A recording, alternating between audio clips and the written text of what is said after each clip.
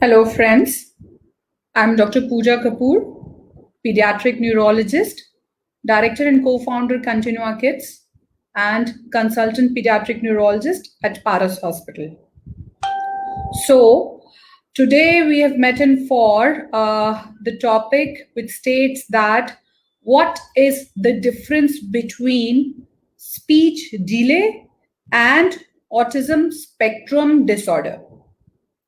So, why I chose this topic was because a lot of parents whose children were later diagnosed with autism spectrum disorder came with the primary complaint of speech delay. Means वो बोलते हैं ma'am बच्चा बोल नहीं रहा, बाकी they don't have any other complaints. And later when we find out there are other there are other things which the child does not do age appropriately, and then we label the child as autism spectrum disorder and not just a case of speech delay. So here we are going to discuss what is the difference between a speech delay, a child with speech delay, and a child who has autism spectrum disorder and who presents as speech delay. So before we go into this all, let us just have a brief review of what speech is. Basically जो verbal हम बोलते हैं, जो communication के लिए ये एक माध्यम है, ये एक तरीका है to convey our thoughts to the other person. Verbal speech, what are the developmental ages at which it starts and then it develops, because ये आपको हेल्प करेगी to find out where my child is according to the age. So let us start with कि speech सबसे पहले start कब होती है.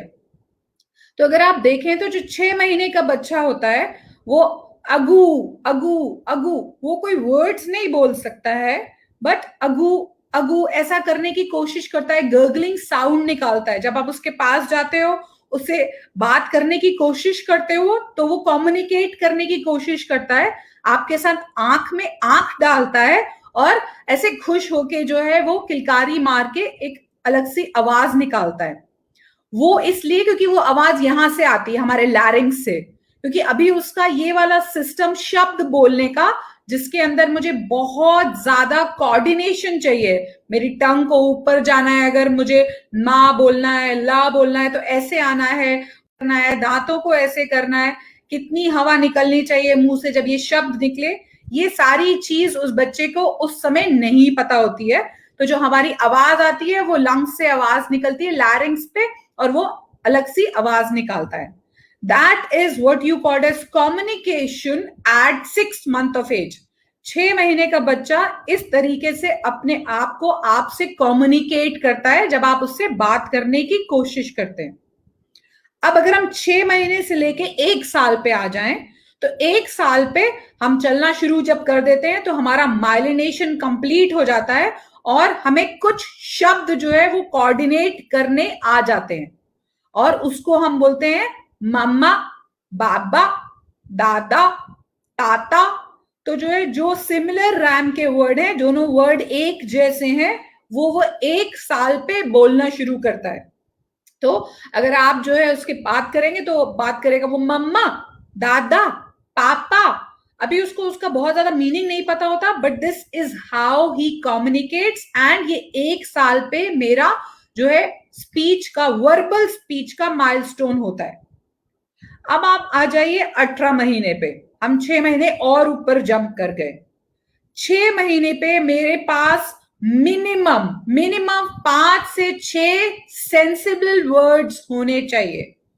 इस सेंसिबल वर्ड का मतलब है कि जो है अगर वो मम्मी को माँ बोलता है तो वो हमेशा माँ यूज करेगा मम्मी के लिए, वो मेरे लिए एक सेंसिबल वर्ड हो गया. दूसरा, अगर पापा को पा बोलता है तो वो पापा को पा पा पा पापा के लिए ही यूज करेगा. तीसरा, अगर पानी को मम बोल रहा है तो पानी जब उसको चाहिए तो वो बोलेगा मम्मा मम्मा मम्मा. अगर कुछ वो यूज करता है दे दो, तो उसको पता होना चाहिए कि दे दो का मतलब दे दो, मतलब दो.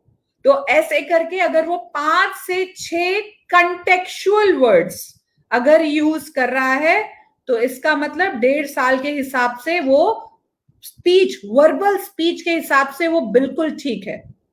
बट यहां पे एक चीज और बताना चाहूंगी, इस वर्बल स्पीच के साथ साथ 18 महीने के बच्चे को अगर मैं कुछ पूछती हूं, कम्युनिकेट नॉन वर्बली चाहती हूं कि वो करे, और पूछूं मैं कि मम्मी कहाँ है, तो वो पॉइंट करके उस तरफ को इशारा करते आना चाहिए उसको।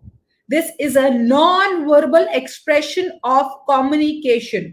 इसका मतलब एक हो गई बोली और एक हो गया बगैर बोली के अपने आप को बताना कि हाँ मुझे ये चीज समझ में आ गई है। क्योंकि अगर मैंने उससे पूछा मम्मी कहाँ है, तो और वो इशारा करके मुझे बता रहा है, तो इसका मतलब उसको सुनाई ठीक पड़ता है, उसके ब्रेन में जो है उस कमांड की प्रोसेसिंग ठीक हुई है, और फिर वो अपने आप को एक्सप्रेस भी करके बता रहा है कि ये रही मम्मी। सो मुझे इस चीज से 3 चीजें पता चल जाती हैं।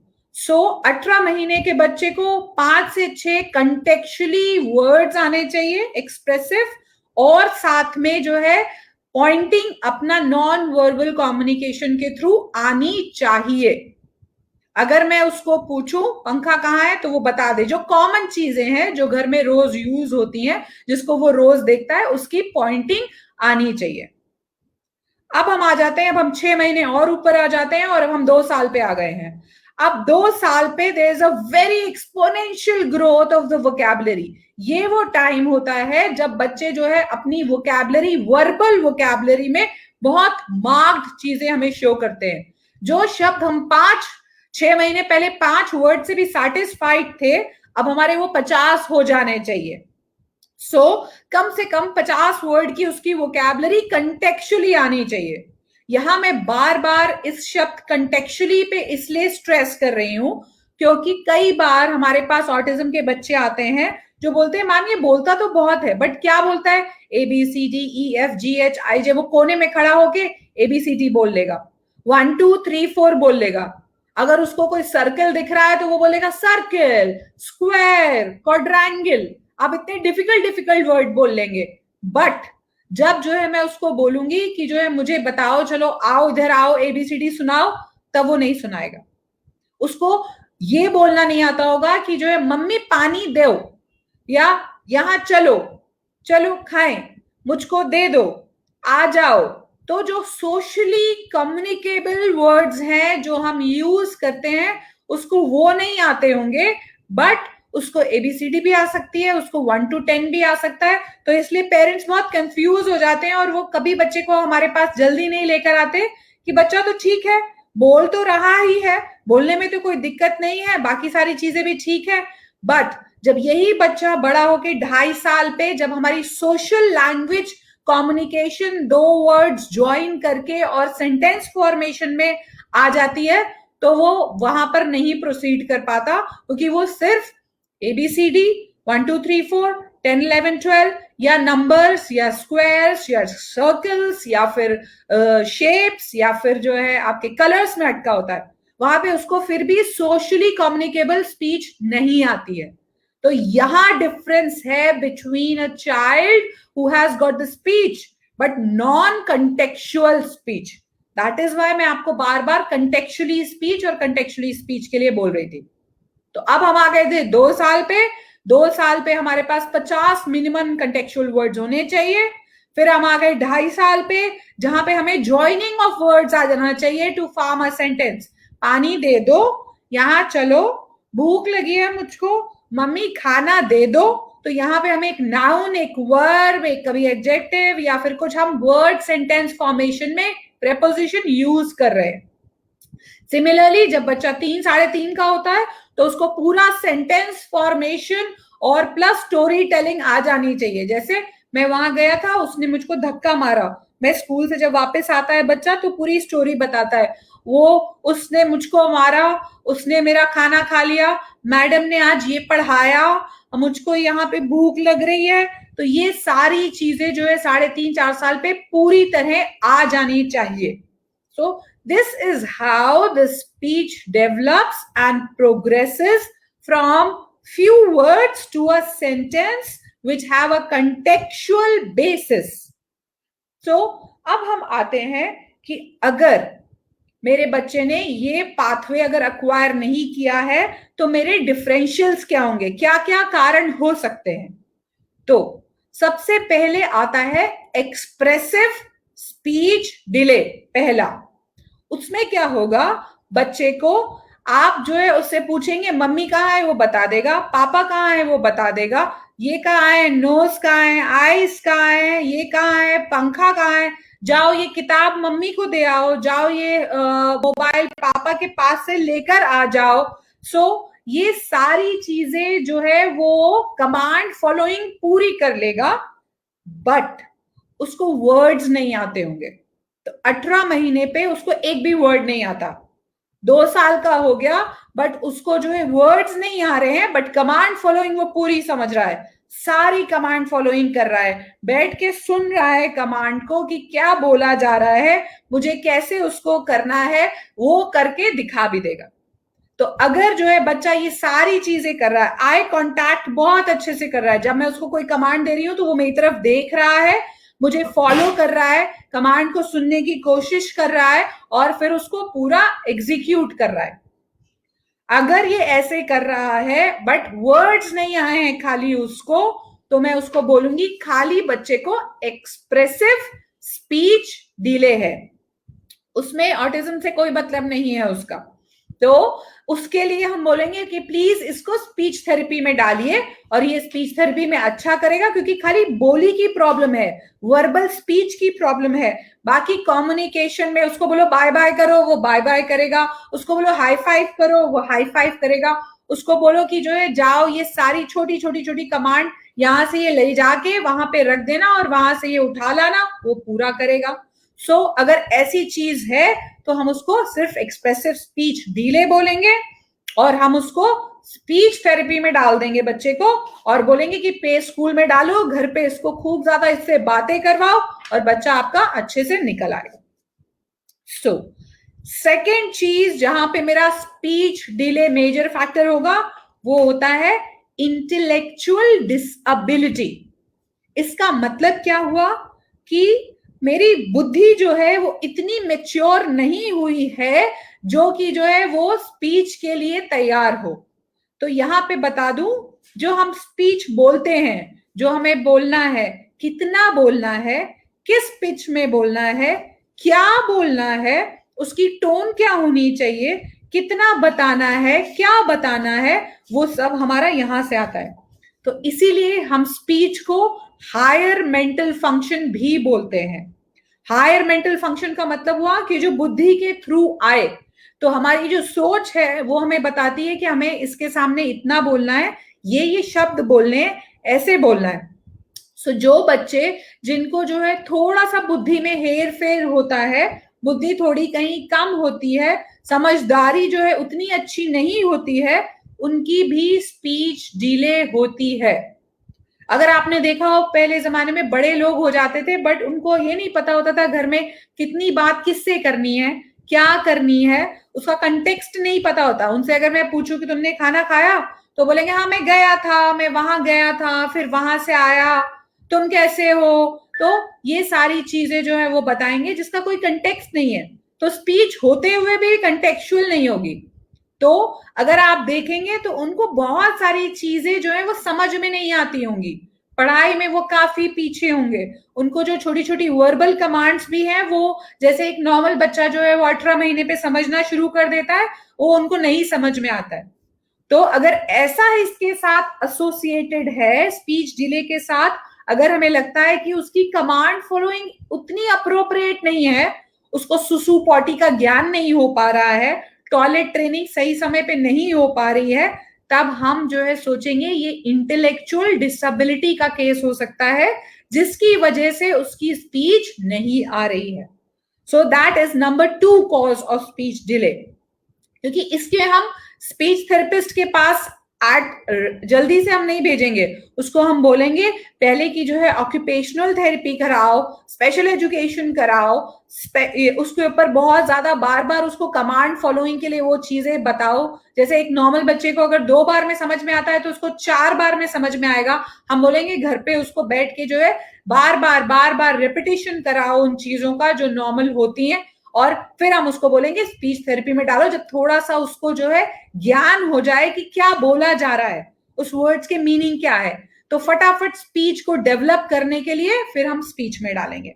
तो खाली स्पीच में नहीं, बहुत और सारी चीजों में भी डालना पड़ेगा और थेरेपीज भी देनी पड़ेंगी, ताकि जो है उसकी वोकैबुलरी जो है वो बढ़ती जाए, उसकी समझदारी थोड़ी थोड़ी बढ़ती जाए, जिसको हम बोलते हैं डीक्यू, डेवलपमेंटल क्वेश्चन, कॉग्निशन, ये सारी चीज बढ़ती जाए। क्योंकि एक एज के बाद जो है जब आईक्यू डेवलप हो जाता है 6-7 साल पे, फिर बहुत सारी चीजें उतनी डेवलप नहीं हो पाती है। इसीलिए जो क्रिटिकल पीरियड होता है वो पहले 5 से 6 साल, जिसको हम अर्ली इंटरवेंशन बोलते हैं, वो उसमें बहुत अच्छे से कारागार होता है, उसमें बहुत जल्दी हेल्प करता है, and that is very important. So third चीज जहां पे हम स्पीच डिले के साथ आते हैं वो है ADHD, attention deficit hyper activity disorder. Attention deficit hyper activity disorder के कुछ बच्चे स्पीच बहुत जल्दी पकड़ते हैं, बट कुछ बच्चे जिनको इन अटेंशन होता है, थोड़ा सा हाइपर एक्टिविटी का कंपोनेंट होता है, उनके अंदर भी स्पीच थोड़ा लेट आती है। क्यों? क्योंकि वो ध्यान नहीं देते हैं, वो हाइपर रहते हैं, कभी इधर कभी उधर कभी इधर। उसके अंदर जो है वो बच्चा, कब मम्मी बोलेगी जब से चलना शुरू किया है बस ये चलता ही जा रहा है, रुकता ही नहीं है, कभी इधर चढ़ता है, कभी उतरता है, कभी भागता है, कभी दौड़ता है, कभी इधर, और बोलता तो है बट समझ में नहीं आता हमें क्या बोल रहा है। वो कई बार अपने आप बड़बड़ाता रहेगा, बहुत सारी चीजें हमें समझ में ही नहीं आएंगी ये क्या बोल रहा है, और कई बार बहुत अच्छे से सारी चीज बोल देगा। आई कनेक्टिविटी उनके अंदर अच्छी होती है, सो आई कनेक्टिविटी अच्छी होगी, हाइपर एक्टिविटी बहुत ज्यादा होगी, कमांड फॉलोइंग नॉन वर्बल वो कर लेंगे बहुत अच्छे से, बट स्पीच जो है वो क्लियर भी नहीं होगी और थोड़ा लेट आएगी। अगर नॉर्मल बच्चा 3 साल पे पूरा वर्ड्स, वोकैबुलरी, सेंटेंसेस बोलता है, उनका और डिले हो जाएगा। जैसे 18 महीने पे कुछ शब्द आते हैं, उनको वो नहीं आएंगे, 2 साल पे कुछ वर्ड्स आते हैं तो वो डिले हो जाएंगे। तो कुछ ADHD के बच्चों में कुछ ऐसा हो सकता है। So that is also one of the reason, वो हम सोचते हैं कि हाँ ये भी एक कारण हो सकता है स्पीच डिले का। इसके अंदर भी हम OT कराते हैं ताकि जो है उसका अटेंशन बिल्डअप हो।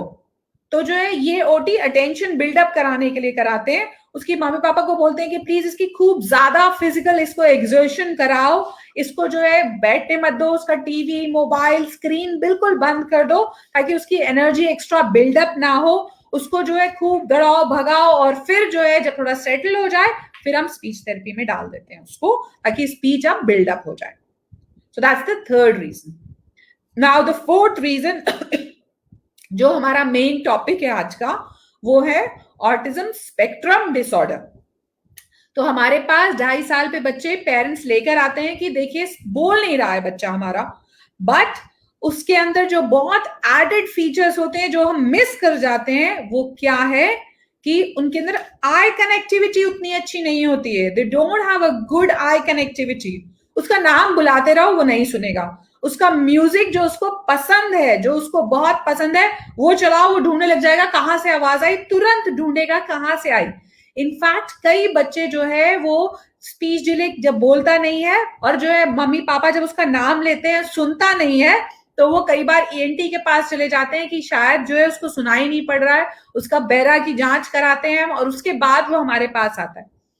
तो ये छोटे छोटे सॉफ्ट पॉइंट्स हैं कि वो सुनता है, बट जो उसको पसंद है वो सुनता है, वो जो है चाहता है बोलना, बट जब उसका मन करता है तब वो बोलता है। उसको जो है अपना जो उसको करना होता है वो करता है। अगर जो है उसको चाहता है वो कि मोबाइल टीवी स्टार्ट हो, तो वो आपको मोबाइल लाके दे देगा, बट अगर मैं बोलूंगी बेटा जब मोबाइल लेकर आ जाओ, तो वो नहीं जाएगा। अगर जो है उसको कुछ खाने को चाहिए, उसको ये पता है कि वो किचन में है, आपका हाथ पकड़ के ले जाकर आपको वहां खड़ा कर देगा, बट आई कनेक्टिविटी के साथ नहीं करेगा। तो इसलिए पेरेंट्स को डिले हो जाता है, क्योंकि बच्चा दिखने में अच्छा होता है, बिल्ट अच्छी है, समझदारी भी ठीक होती है। सो 2/3 of the children with autism spectrum have a good IQ, बढ़िया होता है, खाली 1/3 में थोड़ा सा नीचे होते हैं। तो ये सारे बच्चे जो है अपने मतलब की सारी चीजें कर लेते हैं, करवा लेते हैं, बट जब हम बोलते हैं कि बेटा मुझे पॉइंट करके बताओ मम्मी कहाँ है, तो वो जो है वो नहीं बताएंगे। पूछेंगे हम बताओ नोज कहाँ है, तो वो नहीं बताएंगे। और अगर जो है वहां पे कहीं पे चलते फिरते पूछ लो नोज कहाँ है, जब उनका मन है तो बता भी देंगे ऐसे। अगर कोने में खड़े हुए हैं नोज, आई, ईयर, आईज ऐसे बोल देंगे। तो इसलिए पेरेंट्स कंफ्यूज हो जाते हैं कि हम डॉक्टर के पास लेकर जाएं भी कि नहीं लेके जाएं, क्योंकि कभी तो बोल ही रहा है, थोड़ी बहुत मनमौजियत है।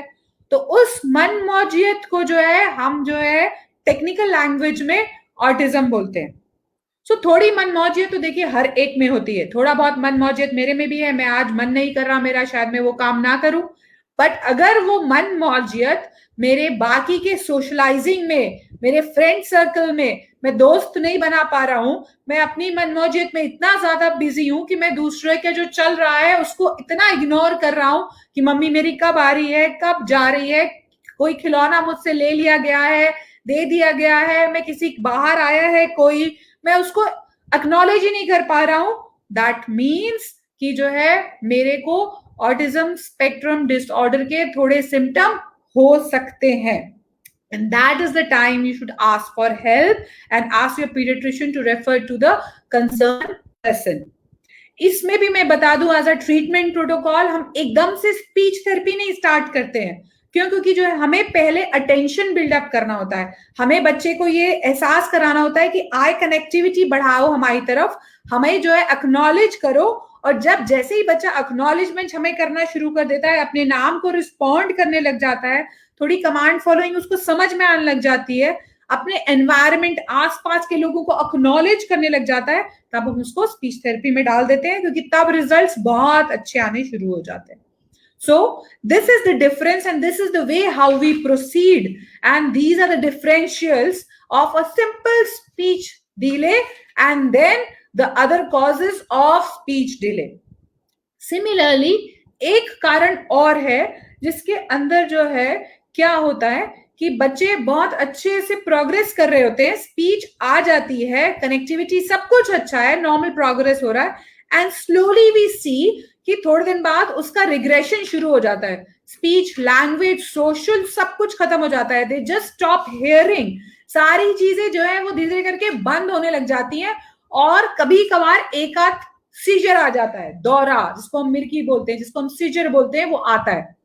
तो ये जो है एक केस हो जाता है जिसको, वो बहुत रेयर केस होता है, बट बिकॉज अगर एक बच्चे का भी इस नॉलेज से भला होता है, that's doing justice to the child, उसको हम बोलते हैं लैंडू क्लेफनर सिंड्रोम।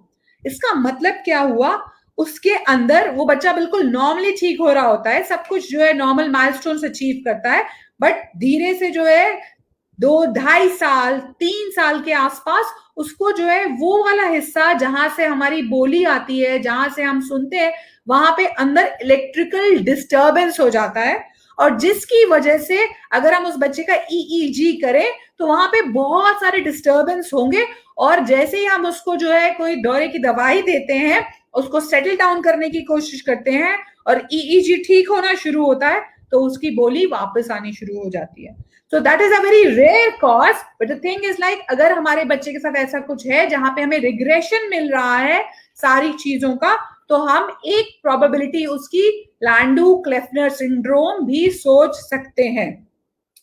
हालांकि 1/3 ऑफ द बच्चे जो ऑटिज्म वाले बच्चे होते हैं उनके अंदर भी रिग्रेशन होता है, स्पीच और लैंग्वेज का, सोशल का, बट वो हम डिसाइड करते हैं कि हमें इनका ईजी कराना है कि नहीं, डिपेंडिंग ऑन कि अगर जो है उसके पहले के सोशल माइलस्टोन्स अगर ठीक है तो वो जो है लैंडू क्लेफनर नहीं होता है, वो जो है वो regression of milestone of speech and social, जो कि एक नॉर्मल फिनोमेना है, 1/3 ऑफ द चिल्ड्रन जो उनको ऑटिज्म होता है वो हो सकता है।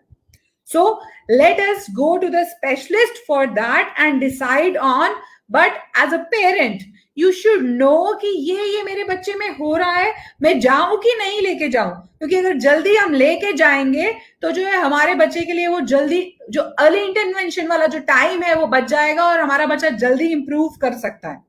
एक सेकेंड में मेरा मोबाइल देना। ये सारी चीजें जो है हमें बताती हैं कि जो है हमें ये सिम्टम्स पता होने चाहिए, और ये बारीकियां होती हैं जिससे हम डिफरेंशिएट करते सकते हैं जिसमें हमारे बच्चे में क्या है और क्या नहीं है। सो आई थिंक इतना आज के लिए बहुत हो जाएगा. I've talked like 25 minutes and I'm ready for any questions. अगर कोई questions है, कोई queries है आपकी इसके respect में, then please you can just put it across in the chat box and I can answer you. Okay. So, can mild autism go away with time? सो जो 2020 to 2020 year की जो है ऑटिज्म स्पेक्ट्रम डिसऑर्डर की जो guidelines आई हैं, जो American academy of paediatrics ने जो लॉन्च करी हैं अभी, तो वो ये बोलते हैं कि जो है 8% ऑफ द ऑटिस्टिक चिल्ड्रन वो they lose their title of autism with therapy as they age proceed. So 8% वो अपने आप जो है विद थेरेपी वो अपने आप जो है वो ठीक हो जाते हैं. एक्चुअली जब हम autism is a new disable thing, मतलब ये डिसेबिलिटी वाली जो चीज है, ये डिसऑर्डर जो है, ये सब कुछ अभी नया है. तो जो है पहले बहुत सारे लोगों को पता नहीं था कि जो ये बच्चे छोटे जिनको ऑटिज्म डायग्नोज हुआ, ये बड़े होके कैसे जाएंगे. तो इसलिए अब जब हमें बहुत सारी चीजें पता चल गई हैं इस डिसऑर्डर के बारे में, तो जो है ये जो गाइडलाइंस अब आ रही हैं, ये हमें बता रही हैं कि yes, 8% lose their diagnosis if you have mild autism. अगर आपका mild autism diagnose हुआ है at the age of early 2 years, 3 years, 4 years पे, by the time you go to the adolescence, you lose this title, you integrate into the normal population. अगर वो बोलते हैं कि अगर आपका बच्चा 10 साल तक भी जो है नॉन वर्बल है और जो है वो नहीं बोल पा रहा, बट जो है सारी चीजें बता पा रहा है नॉन वर्बल में और वर्बली कुछ नहीं बोल पा रहा, तब जो है फिर भी उसको चांसेस है स्पीच आने के. थर्ड क्राइटेरिया उन्होंने दिया है, अगर मेरा बच्चा 4 साल तक कुछ वर्ड्स भी बोल पा रहा है, तो जो है उसकी वर्बल स्पीच डेवलप होने के बहुत हाई चांसेस हैं. सो ये 3 चीजें उन्होंने बताई हैं, ये 3 चीजें उन्होंने जनरल पॉपुलेशन को स्टडी करके निकाली हैं. सिमिलरली दे हैव सेड कि it is easier to get one title shifted, कि अगर मेरा बच्चा जो है माइल्ड ऑटिज्म की कैटेगरी में है, तो उसके नॉर्मल होने में, मतलब एक कैटेगरी शिफ्ट होने के चांसेस बहुत हाई हैं. अगर मॉडरेट में हूं मैं तो माइल्ड में जा सकता हूं, बहुत हाई चांसेस है मेरे. अगर सिवियर हूं तो मॉडरेट में जा सकता हूं, मॉडरेट हूं तो माइल्ड में जा सकता हूं, अगर माइल्ड में हूं तो जो है नॉर्मल में जा सकता हूं. और 8% they have a full fledged chance की जो है they will go into the normalcy with some therapy.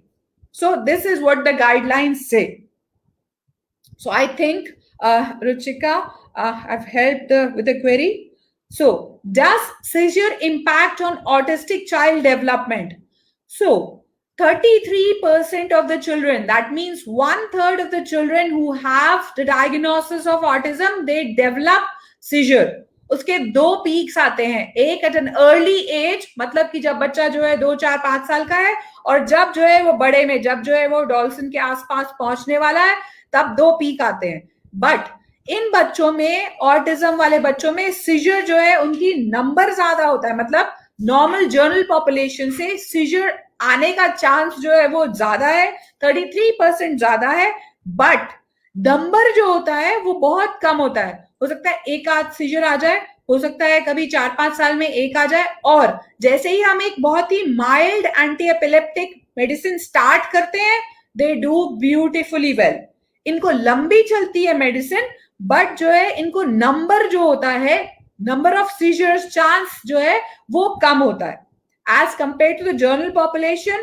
उनको चांसेस होने के ज्यादा होते हैं, बट अगर एक बार जो है हो गया है तो उसी पेशेंट में बार बार आने के चांसेस वो बहुत कम होते हैं. तो इसलिए इन बच्चों में जनरली जो है एक आध सीजर इधर उधर कभी भी बहुत ज्यादा डेवलपमेंट को हैम्पर नहीं करता है, बशर्ते अगर ईईजी बहुत खराब है तो. सो जैसे मैंने एग्जाम्पल दिया लैंडू क्लेफनर सिंड्रोम का, इनके अंदर ईजी बहुत खराब होता है. जब ईजी बहुत खराब होता है, then they land up into secondary autism, और तब उनको बहुत ज्यादा एंटी एपिलेप्टिक चलते हैं, और तब उनको वापस डेवलपमेंट में लाने के लिए बहुत प्रयत्न करने पड़ते हैं।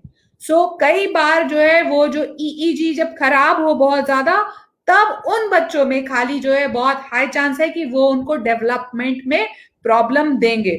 दो कारण से, एक तो ईजी खराब है और दूसरा ये कि जो है आपका जो एंटी एपिलेप्टिक्स होते हैं उनको जब हम बहुत ज्यादा मात्रा में देते हैं, बहुत ज्यादा क्वांटिटी में देते हैं, तो उनके साइड इफेक्ट आ सकते हैं। तो हो सकता है उसकी वजह से भी डेवलपमेंट पे थोड़ी बहुत जो है प्रॉब्लम आ जाए। यहाँ I want to make it very much clear कि जो है नॉर्मल जनरल पॉपुलेशन में भी जो है ईईजी खराब हो सकता है, बट वो डेवलपमेंट में कुछ प्रॉब्लम नहीं करता है। Mark my words, I said कि अगर ईईजी बहुत खराब हो, बहुत खराब मतलब हर पेज पे कुछ भी जा रहा हो, उसको लिए हम जो है एक अलग से टेक्निकल टर्म यूज करते हैं, CSWS या ESES, मतलब एक जनरल पॉपुलेशन के लिए बहुत खराब ईजी। अगर ऐसा है, हाँ, तब जो है वो ऑटिज्म को देर लगती है ठीक होने में, डेवलपमेंट पे भी वो आपके असर डाल सकता है, और क्योंकि बहुत ज्यादा एंटी एपिलेप्टिक्स हम यूज करने पड़ते हैं हमें, तो वहां पे भी डेवलपमेंट पे प्रॉब्लम हो सकती है। सो ये जो है Ruchika, hopefully I have answered your question. So yes, so my child has speech but doesn't have language. Can he will be able to communicate? He is under therapy. So आपको मुझे ये बताना पड़ेगा यहाँ पर कि जो है मैंने बहुत सारी चीजों का जोड़ बताया है, मतलब कि जो है खाली आपकी अगर स्पीच है तो उसको लैंग्वेज में कन्वर्ट होने के लिए क्या मेरे पास क्या हाइपर एक्टिविटी कारण है उसका जो लैंग्वेज में डेवलप नहीं हो रही है, या मेरे पास कहीं इंटेलेक्चुअल बुद्धि मेरी कमजोर तो नहीं है, क्या मुझे ऑटिज्म की प्रॉब्लम है। अगर मेरे को ये सारी चीजें, या मेरा ईजी बहुत खराब है, कहीं ये इन चारों में मुझे पता होना चाहिए मेरा कारण क्या है, क्योंकि इन चारों में जो है वो डेवलपमेंट के चांसेस वो अलग अलग होते हैं कि जो है वो लैंग्वेज में जा पाएगा कि नहीं जा पाएगा। सो अगर मुझे इन चारों में कारण पता चलेगा तो I would be able to help you in a better way. I hope, so does I know कि जो है मेरा बच्चा जो है उसको स्पीच आनी तो शुरू हो चुकी है, बट वो लैंग्वेज में क्यों नहीं कन्वर्ट हो रही है, उसके पीछे कारण क्या है। अगर मुझे वो कारण पता चलेगा, then I would be really able to help you in a better way. So Suchitra, I think if you'll answer me that query, I would be able to make a difference and I'll be able to tell you in a better way. क्यों, इसलिए क्योंकि अगर intellectual disability है तो जैसे जैसे समय बीतता जाएगा, मुझे पता है अगर आप थेरेपी कराते जाएंगे वो बेटर होता जाएगा, क्योंकि वो बहुत सारी जो है ओके माइल्ड ऑटिज्म।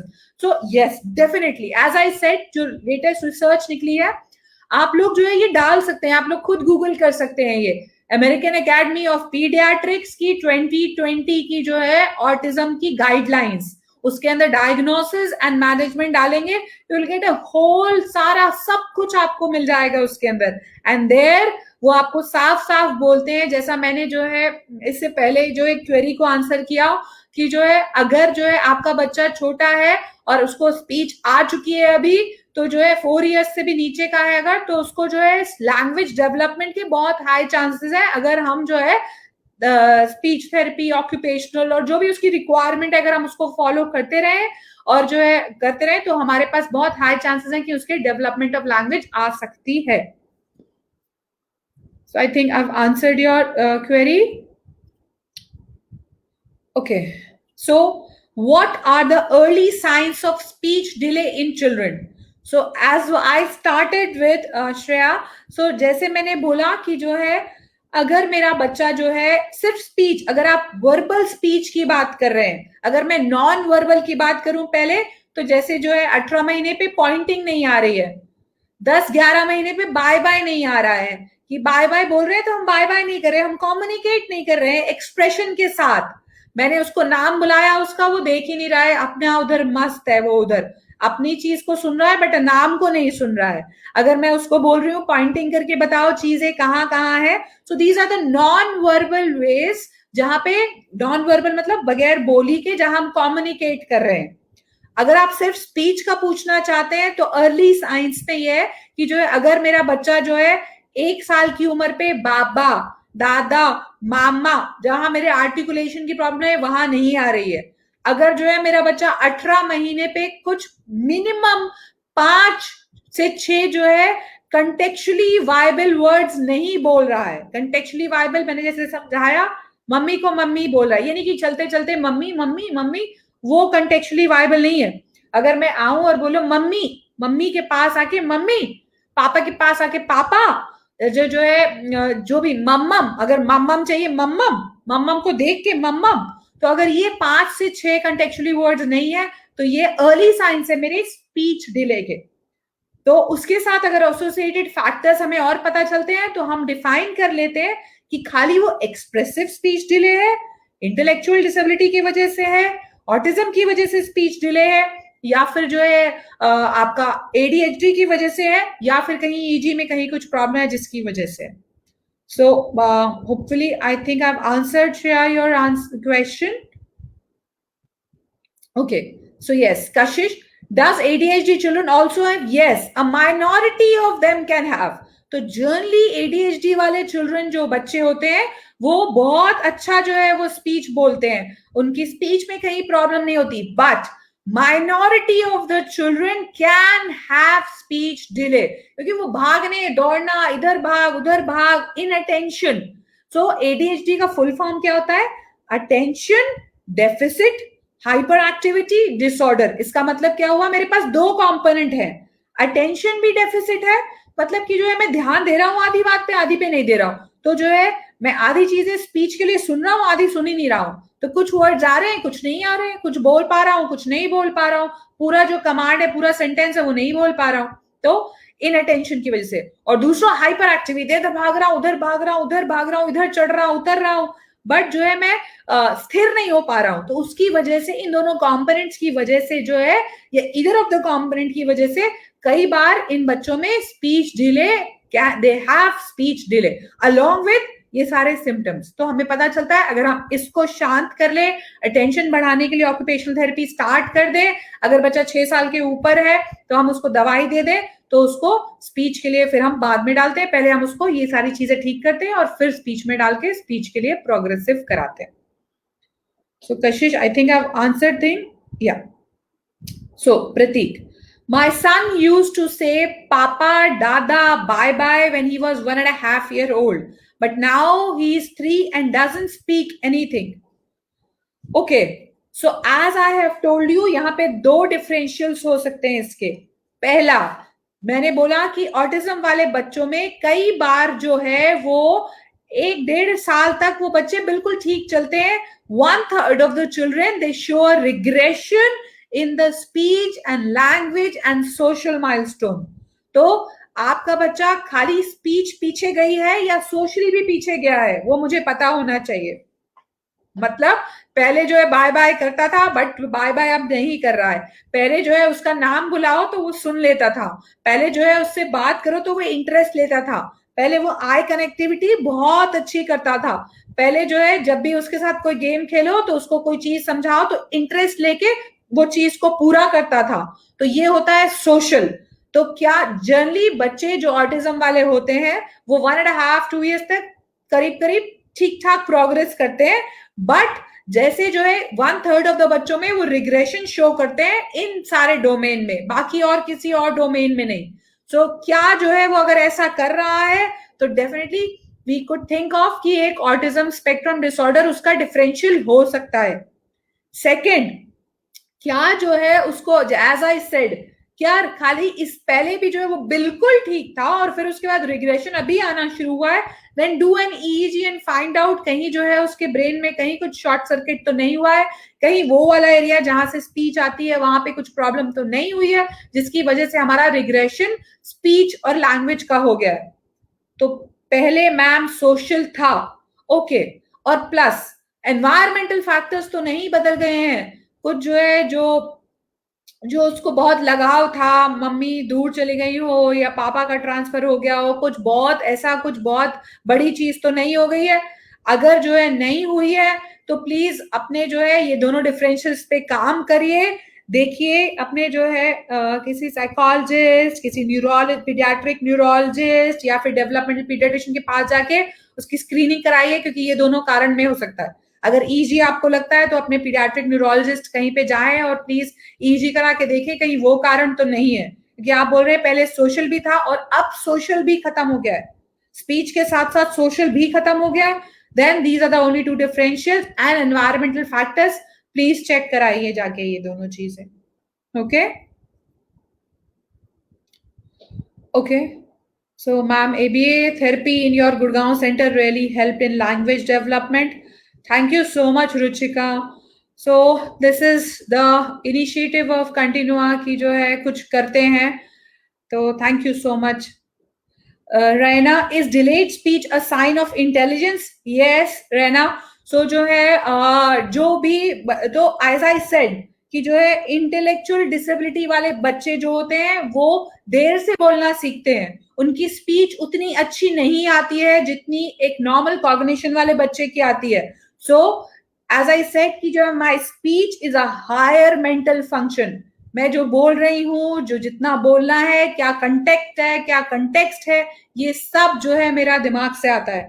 तो डेफिनेटली इंटेलिजेंस, जिनको इंटेलेक्चुअल डिसेबिलिटी बाद में डायग्नोस होती है, क्योंकि पहले हमें बहुत छोटे छोटे साइंस जो है इंटेलिजेंस के नहीं पता चल पाते हैं, क्योंकि इतने छोटे बच्चों में हम ये नहीं पता लगा सकते भाई मैथ्स का प्रॉब्लम नहीं देंगे, बट हम देखते हैं वो बच्चे जो है जो सिंपल कमांड फॉलोइंग है उसमें कई बार कंफ्यूज हो जाते हैं. वो जो है कुछ हल्की हल्की जो है स्टीरियोटिपिकल मूवमेंट करते हैं, जैसे हंस रहे हैं तो एकदम से हंसी पे कंट्रोल नहीं हो पाता, खुश हो जाते हैं बहुत, जैसे वेवीनेस करते हैं. तो कुछ थोड़े थोड़े बिहेवियर्स जो उनके होते हैं जो एक एज अप्रोप्रिएट बच्चे के होने चाहिए वो नहीं होते हैं. और साथ में जो है अगर स्पीच की कंसर्न्स हैं तो यस, वो इंटेलेक्चुअल डिसेबिलिटी बाद में जब हम उसका आईक्यू कराएंगे या 7 साल की उम्र पे तो हमें पता चलेगा कि हाँ वो आईक्यू में थोड़ा सा गड़बड़ है.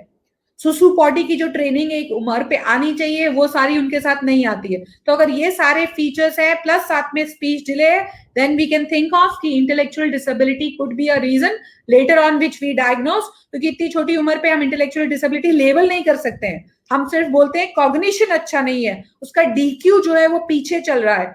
हम एक टेस्ट होता है इसको DP3 बोलते हैं जिसके अंदर हम कॉग्निशन देखते हैं, वो थोड़ा सा लोअर साइड पे आएगा. तो इससे पता लगा सकते हैं कि हाँ बाद में जाके इसको इंटेलेक्चुअल की प्रॉब्लम हो सकती है. So that's a very great question रहना. Any other? Okay. Any role of EEG in speech delay? Yes.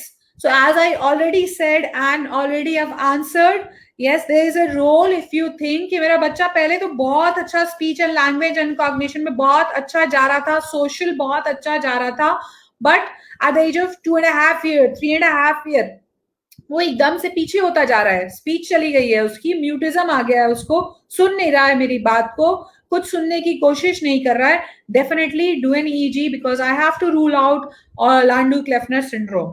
Yes. So definitely there is a role in that. Any other question? Okay, I think we have finished up with the questions and that's why we've got this. Thank you for joining our webinar.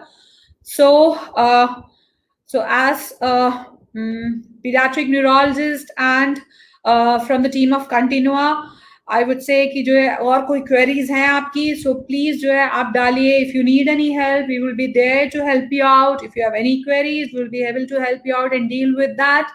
And you can, there's a helpline number which is going on over here. You can connect. And also ये वाला Facebook जो है, ये वाला live session जो है, इसके बाद भी अगर आप queries इसमें डालेंगे, then we'll answer back to you and get back to you for all your queries. And thank you for patience listening and understanding what I want to tell you in a good way and reaching out to us at the right time, because this is what is going to help our children in the long run. Thank you so much. Thank you.